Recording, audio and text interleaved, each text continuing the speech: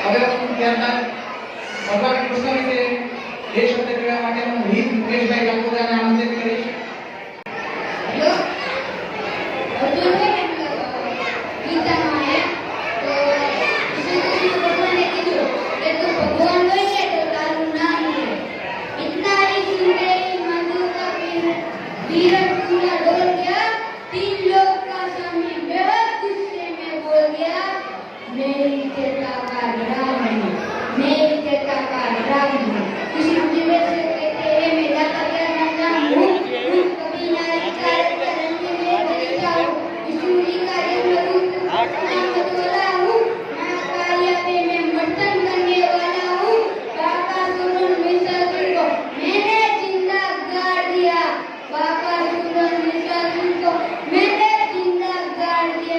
नरसिंह के धर्म के खातिर इंडिया में से